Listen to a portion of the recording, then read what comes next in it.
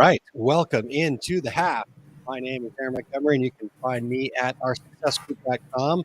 I've got a gentleman filling in for one Mr. Erich Campbell, who is under the weather today. This fine gentleman right here is Todd Downing. Todd, how are you doing today, sir? Aaron, hello. I am doing Friday-tastic. That's what we're doing. Friday-tastic. I love it. Friday-tastic. Perfect. Well, so yes, welcome into the half where it's all about interacting with you guys. It's all about answering your questions, all about talking about whatever, anything that you want to talk about. If there's embroidery questions, we've got Jeff Fuller hanging in that can help us with all that stuff. Hello, Jeff. Thanks for being here. Bevy Jean, wow, 2 in a row. She must have just came from, in fact, I know she came from 2 regular guys. I saw her over there on 2 regular guys. So glad to have you back. She says it's been a while. Good day to you. So thanks for being here, Bevy Jean. Awesome. So Todd, fantastic Friday. How's that DTF thing going back there for you? It's Fun Friday. It's Fun Friday. It prints a little bit of film a little bit faster, huh? So you can tear through it. So it's about 40 square feet an hour is what it's looking at, because we have the 24-inch one, but in order to get the dryer to fit, we want the 13-inch one. And then MacGyver in my head thinks, so if I get 2 13-inch rolls and I put one on this side and I put one on that side because they're already split in the center, I set 2 dryers up to it. Can't I just have them come off the feed and go in the dryers that way? And then a little bubble gum, a paper clip, and you're good to go, right? Yeah. So it's been a process. I've been telling people, hey, when you're buying new equipment, don't expect it just out of the box to work, because that's not how it is. Yeah. It's not a hammer. You just can't pick it up and drop it and it'll magically put things where it is. It doesn't work that way. There is mechanical things to it. One of the big things is, it's a dual head. So, if you know anything about printing and dual head, you've got those alignment issues. You have to make sure that those are lined up. So, I know there's 4 head ones out there, and people are like, oh, it's super fast, but yeah, you've also got more alignment going on, and so you've got more issues. So it's just more things to think about. Yeah. Overall, a week and a half in, it definitely increases our productivity when we have everything dialed in. But humidity, ink, it's a fun time. Good times for sure. All right. Well, we've got Maureen checking in from Pennsylvania. Hello. Hey, Rich. Thank you for being here. Ramona says, hey, Todd. Hi there. Ramona. Hello. And Lyndon, Fun Friday from North Carolina. So, Lyndon, thanks for being here. I love it. Yep, definitely. All right, Todd, do you have a Facebook group page? I want to send someone your way, but couldn't find the information. I'm slow. Well, this is super simple. Although I think, because I'm still in here, I can do this. I have yet to update the current URL, but this one will get you over there for sure. Yep. G Business Basics will get you over to the Facebook group. There you go. You can go there. What's the number? How many you guys at about right now in that group? 4,300. 4,300. Cool. Yep. I think the little thing that popped up. I mean, in fact, if I really want to get technical, because we were keeping track of stuff, and on earlier this week, what was it? What was the number? It was 42.59. So when you get over that 50, then it says 43. So there you go. So 42.59, and the first goal here is 5,000, right? And what's happening at 5,000? 5,000. We're going to give away a Stahls A to Z swing away heat press. So that's rapidly approaching. Yeah. Give that away. Time for that to happen soon. Good, excellent. Jerry, hello. Thanks for being here. And we got Kim Johnson checking in. Hey, Kim, how are you? Hey, Kim. Hopefully, Kim doesn't get lonely this weekend without Terry there. What is she going to do? She just might have to hold down that pool so it doesn't get out and get away from her. I heard that they just had a record high for Phoenix a couple days ago. 89 degrees is what my dad was saying. He was out there. So, well, it's going to be in the 70s here tomorrow. They're talking record highs here tomorrow. So but storms. I'm over it. I'm over it.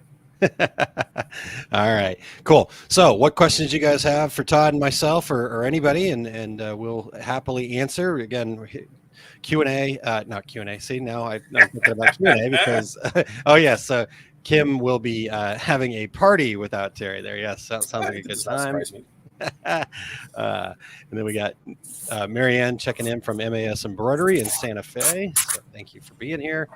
So yeah, I was thinking Q&A, but on the half here, that's what this is all about. Yes. Answering your guys' questions, anything, everything talk about. Sometimes we'll follow up from two regular guys. Sometimes whatever it is, wherever it is that you guys want to go. So keep posting here in the comments, but let us know. You got a specific question, something that you're working on, something that just popped in your head. You want to know something. We might not know the answer, but we'll certainly do our best to try to figure it out and go from there. So we're pretty good. We're like the Finders, You ever remember that show? I think it was only on for like a season, but it was like the Finder, and this guy did like weird mathematics stuff, and he mapped things and whatever. But if you needed something found, he was your guy. He was the Finder. Yeah, so, the Finder. Nice. Yeah, I don't know if I ever saw that. I'll have to look for that. But Kim Johnson says, yeah, no Terry or Mason. So pool time, party time. Should be a good weekend there in Glendale, Arizona. So, and then, you know what today is, right? No. It's National Grammar Day. Just putting that National what? Grammar. Really? Yeah. You know this. This is I love that. Well, because we have this little thing called 365 days of content. Yes. On it today. So I had to post mine on there, and I had to put the yours in the wrong place. And those are great. So was Christine Shreve the first one to correct that for you, or? Yeah. It's her day. It is definitely Christine's day, and so get out there and enjoy it. I am not the best grammatically speaking person, or best written in that either, but I can get an idea across. I just need some help making it look legible, I guess. Yeah. I'm kind of in the middle. I was never great at it, but my mom is like, she's an editor. She retired now, but was an editor for magazines and books, and so she's got all the grammar corrected and all that stuff. So, and so all right. So let's see what we got here. Yeah, Yosta says, "Wow, Eric, you look a little different." I cut my hair. Yeah, cut your hair different. I forgot everything I knew about embroidery. That's it. That's it. And then Ramona says, "I remember that show. It was a spin-off of another show." Yeah. Bones, I think. That's what it was. It was from Bones. Yeah, it was a spinoff of Bones. Oh, there you go. Okay, nice. Very cool. And then, Jeff, I've got your question. We'll come back to it in just one second here. Talking about grammar, Ramona, I'm right there with you. This is why I have Grammarly. I live by that as well. Sometimes it's wrong, though. That is not what I speak and how I want it to say, because it just reads weird. That's not me. Yeah. And then Kim is correct. She lives with Terry, who's a grammar nerd. So there you go. Being a writer, somebody that has a degree in journalism, he definitely will. Well, it's hilarious in our outline that we do for the Two Radio Guys shows. I'll put all of the stuff in there, and I noticed the next day that I go back in there and Terry's corrected a lot of my grammar for me. He'd have a field day with mine. He'd just be like, I'm done. We're just yeah. All right. Let's see what else we got here. Kim Johnson says, I'm actually going to work, still trying to get the new shop all organized. That sounds cool. Yeah. I heard really good things about it, Kim. So share some pictures. An amazing thing. There's so many people that, think, hey, I need to have a storefront to be a business, or you need to be a storefront to be a business. And I'll tell you, you do not need a storefront to be a business. No. And what she's doing to the space that she has, man, that thing is a lot better than what I've seen some storefronts be. Yeah, so absolutely. Way to go to you for that, and keep up the great work. And for you out there, if you're watching and you don't think you're a business because you don't have a storefront, you're 100% a business. And if you're one of those people that think people aren't a business because they're not a storefront, I'll be nice. This isn't my show. Yeah. Well, yeah. It doesn't make any sense to me why people would act like that, but hey, it happens. So you deal with it and you move on. Mm-hmm. All right. Melanie says, you're funny, Todd. There we go. And did you catch that? Did you catch it? You read it? No. Because, shouldn't that be your with the apostrophe RE? Darn it. Jeez, you got this grammar thing, man. I don't. Look at you, Melanie. You're funny, Melanie. There we go. You got me too. I love it. Okay. Marianne said, I thought it was snack day. And every day snack day. Yep. Yeah. Ramona says, as we speak, I am binge watching Bones. So there we go. All right. And then Kim says, thank you so much. Means so much to me. Yep. Good. Becky, we're going to get to you here in 1 second. I don't want to miss. Jeff's got a good question here. So Jeff says, what is your opinion on the difference between powderless DTF and regular DTF? In the current situation where everything is, the reason that I went powder over powderless is because currently powderless is only available from one place.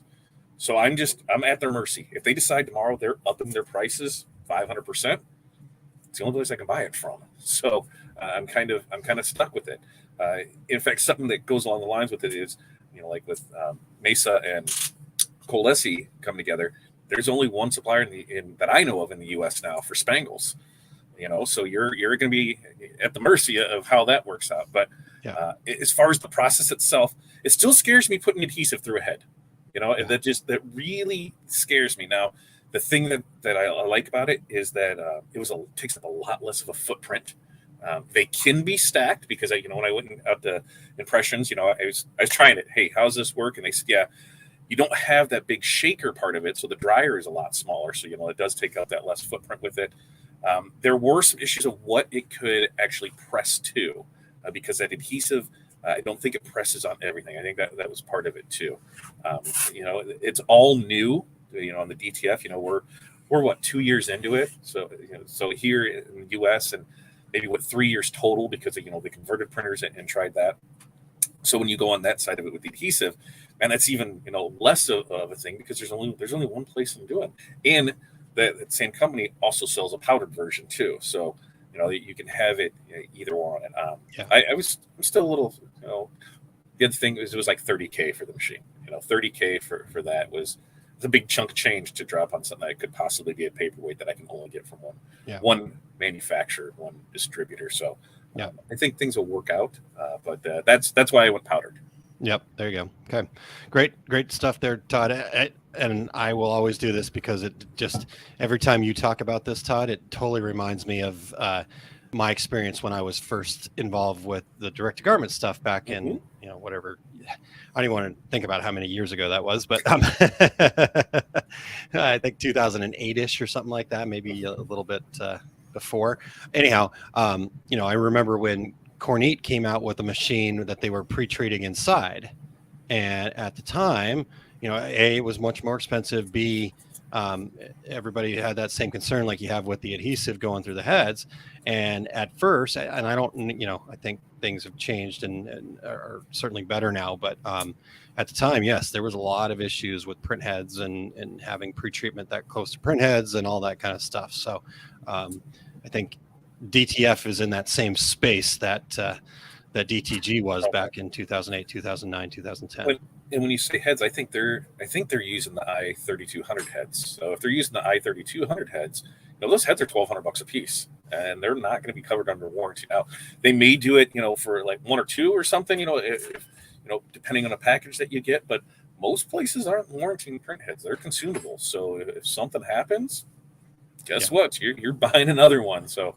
That was kind of the other thing. Look at the total expense in it. Yeah. I think you're actually right, Becky. My dates are wrong here. I think I had my DTG around 2006. Worst piece of equipment I ever bought. Which one did you get, Becky? I wonder if I'm which one did Aaron sell you? I don't. I want to know if I'm the culprit. So she's right. I think it was actually 2004 when both Brother and the T-Jet kind of hit the market space, I think, now that I'm thinking a little bit more clearly about this. And then, so it would have been like in the 2006 era that it was happening. So, Jeff said, sold her the wrong one. That's a longer story, and I can tell that story too here in just a second if you want. But, all right. Okay. I don't even remember, just that we took it back to Texas for partial refund, not Brother. Huh. Okay. So, but there in 2006, that was when DTG, which was the Coldesi, back then SWF brand, had kind of shown up. And so there were some other ones. I think even was Omniprint or something like not. Yeah. Anyhow, 2006, there may have been quite a few more around it. 2004 was when it was T-Jet and Brother. So it could have been T-Jet. And anyhow, that's a whole different story that I can get into if we want. Let's see here. Justin says, Eric looks different today. A little bit. A different hat on. Just got a different hat. Yeah, that's right. All right. Becky says, I'm opening a storefront just to get all my stuff out of the house, but it's tempting to just use it as office space and it have the retail part. Yeah. So our first storefront, that was what I loved about that, was it was just 400 square feet. But we were by appointment only. But when you're that way, because hey, yep, we're setting up, come meet, I can unlock the door and let you in. When we moved from there to the 3,500 square foot in the mall, it totally changed the way we did business, because guess what? People are in the mall, and what are they doing? They're just walking around, and so they want to come in and they want to waste your day and talk to you. That's what they want to do. And so we said, if we ever do it again, you have to have that dedicated employee for it if you're in a place with a decent amount of foot traffic, because I think something with DTF printing and even EcoSolve improvement, I want to be close enough to if something happens that I'm there. Yeah. So what happens if I'm with a customer, and everybody that has a machine knows that sound. That's not right. So you don't know what it's doing, but that is not the sound it should be making. And there's nothing worse than being with the customer and hearing that back there, wondering how many thousands is this costing me, because this isn't worth it. But yeah, I think if anybody wants to do a storefront, it's always a fun thing to do. It's a learning lesson for sure. And don't let it deter you to not do it. But I think with today's stuff, you don't necessarily need one. And to be open to the public, you don't need to have that high rent, high traffic location area. You can do enough online and just have the space as a space. And you only want to be open a couple hours a week. Only be open a couple hours a week. Oh, because that's the other thing too. It is, once you have a storefront and you have hours on it, you're pretty much tied to those hours. Yeah. Because if you want to go home early, guess what? Somebody's going to show up 5 minutes after you're there, and they're going to complain online that you weren't there of your store hours, you were closed, and so it's tough. It's tough. It really changed the way I looked at things, and I'm glad I did it, but not too sure how soon I want to do it again. Yeah, I understand. We know Becky's going into this with eyes wide open for sure. So I'm sure she's got a good plan. And like she says, it's tempting to just use as office space. Yep. I can understand that for sure. All right. Yosta asked, Todd, have you made a count on how small things you can make, like a pen or a keychain, and still make a profit with time fiddling with stuff? It's not too long and cut into the profit, I think. So I guess talking about DTF here, maybe? I don't know. Pen, keychain. Yeah, that would. Yeah, that's where I'm getting. I don't know, because it depends on what you're doing. I know people that are selling pens that are stoned out, and $150 pop. So it's not unusual. It depends on it. I know that when you're doing keychains where our cost in it is less than $2, and you're not going to do just one. You're going to do a couple things at a time, so that way you're able to gang things and press it all there.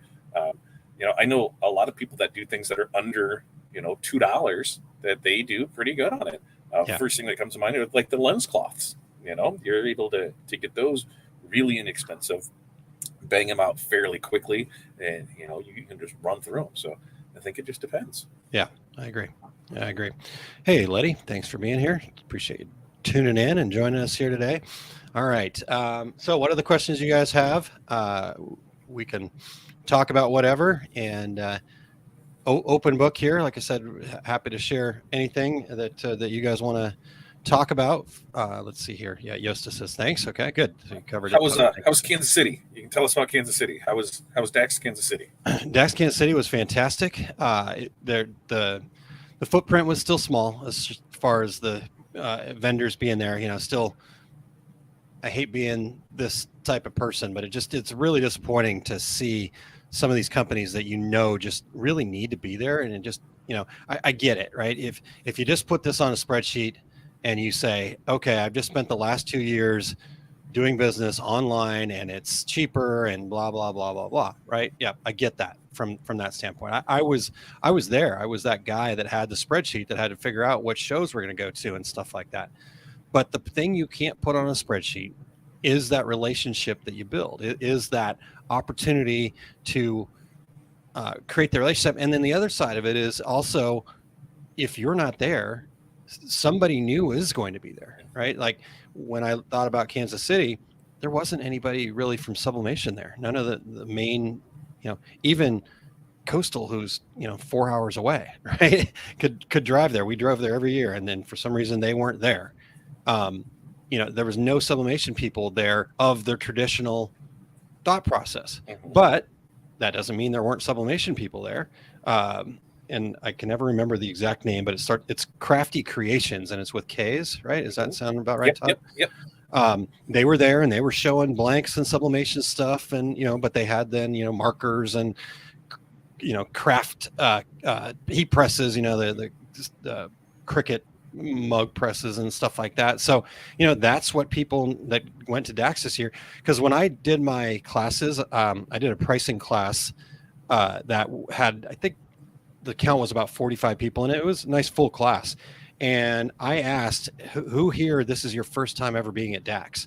And 3/4 of the people in that class, that was their first DAX show ever, first trade show ever, right? Mm-hmm. And so they maybe don't know anything about sublimation yet.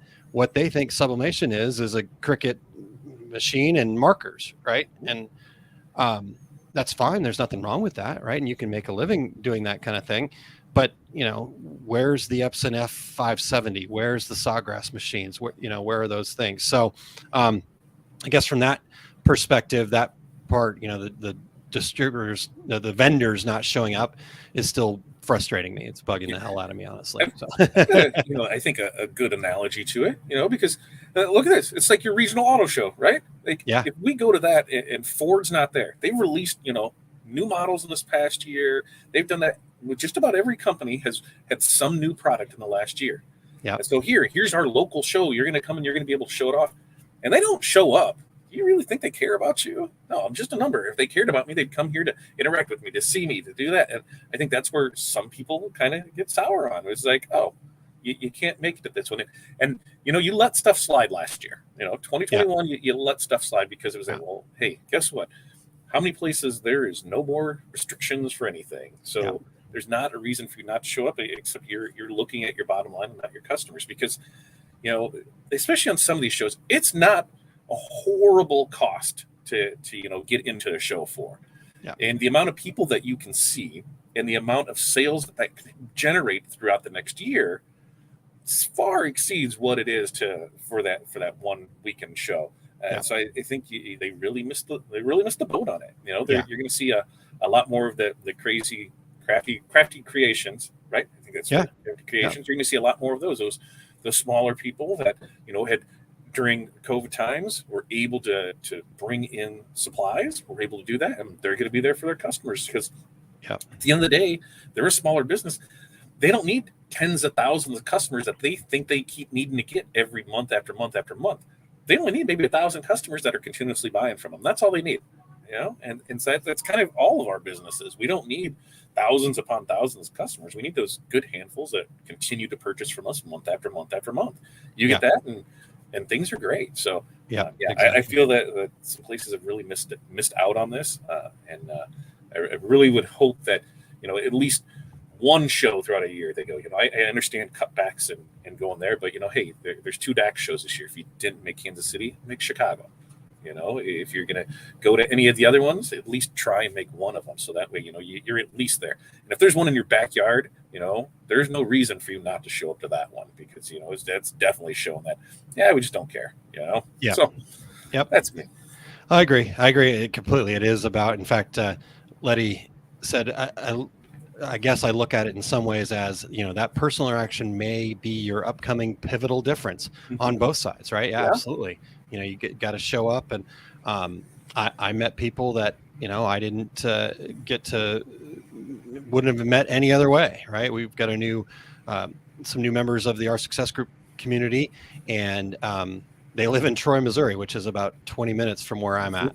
And, but I didn't know anything about them, and they didn't know anything about us. And by the end of the show, I'm going to go visit. They bowl at a place up the way from me, so I'm going to stop by and say hi when they're going bowling, right? So it's those relationships that you get to make there. I think are really important. So, and Jerry asks, when will the vendors come back? And so I've got 2 things on that real quick, Todd, and then I want to get your take on this too. Okay. First and foremost, if we talk about taking 100% responsibility for our side of it too, like if I'm somebody that's wanting to see the vendors there, I think we got to start being louder, and we got to start being more direct with them about the fact that it does kind of like, hey, I want to go to this show to see and have an opportunity to interact with you guys, and you're not there, right? So we got to start calling them out, right? So because Jerry followed that up with, Dax has 3 or 4 must-sees for me every year, and they're still staying away. So who are they? Let's call them out. Let's talk to them. Let's figure out, you know, I get it, right? It's a bottom line. It's somebody looking at a number spreadsheet somewhere going, well, we did business without doing this show, so now I can cut 10,000, 5,000, whatever the expense number is for you. I mean, I'll be honest with you guys. We just came back from the DAX show there. I ran my numbers. It cost me about $4,000 to do that show. You know, I got to drive there. I get all that. You know, we don't have quite the setup, but you know, we had a really nice space. We had an opportunity to be there. And you know, so you got hotel, you've got your travel and stuff like that. But it's not that big of an expense if you want to, you know, go show up 10 by 10. It's not that expensive. So anyhow, that's the kind of first part of it is we need to start holding these people accountable to actually showing up, right? You know, I mean, I don't want to, I'm not trying to start anything, but like the one that stands out to me the most that really kind of is like, gosh, you know, the relationships that were happening there, it felt like at these shows is the Rhinestone World. Mm-hmm. And I get it. Matt's like a master at what he's doing in all these other places, and he's bringing so much great content, and he does really care about his customers and stuff like that.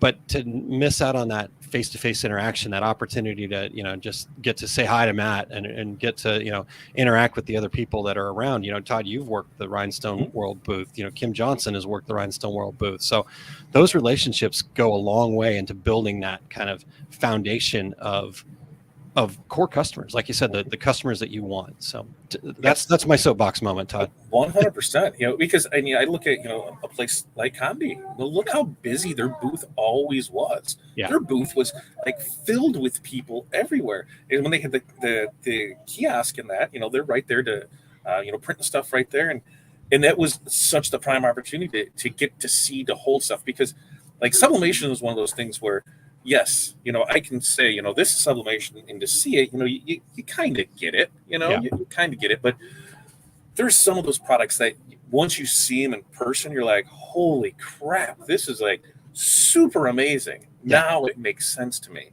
you know, because that's one of the things, sublimation, the amount of things that you can do with it, you know, is just ridiculous. And so it's like, hey, you know, when there's no sublimation vendor, and when you're used to seeing, you know, 5 or 6 of them, and they're not there, hey, you're taking off a big segment of us. You know, hey, there's a lot of people that are coming in, and now they're not there. And then the other thing that I noticed from not showing up that is kind of, I think, a good thing is you're getting the opportunity for, like I said, some of these little people. But on the training side of it too, there's a lot more people offering, you know, that are teaching classes that weren't there before, because they, you know, now the opportunities present themselves. And you know, I think you just kind of, I'm not saying that you're crapping on your current customers that you met it there, but I don't think you're making them feel the greatest, because there's now going to be other options, and they're coming to show up, and they're going to buy from who's there, and there's somebody local that they're able to get things faster from.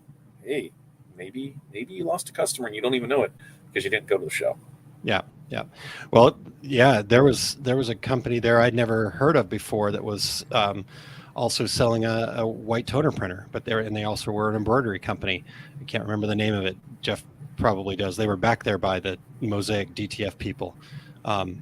So if Jeff's still here, maybe he can remind me of the name of them. But, you know, you think about that, like, right, you know, now Magic Touch was there. So you had those guys, and, you know, I sent a lot of people over that way. And, you know, you had, like, I remember Epilogue Laser had a setup there.